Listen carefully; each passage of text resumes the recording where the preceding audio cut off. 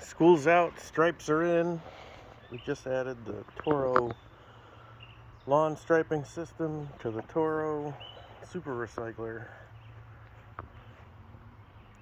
Dusty, pretty dry today. Let's see if you can see the stripes. I don't have my sun angle just perfect, but this should do.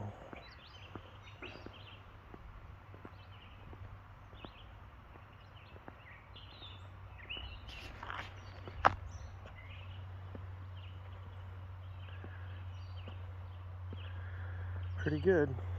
We gotta get on the water. Gonna be 92 tomorrow.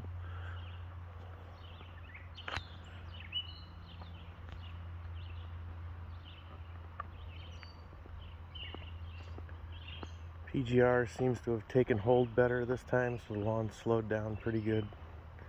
Down to twice a week mowing, still too much. But the stripes look pretty good.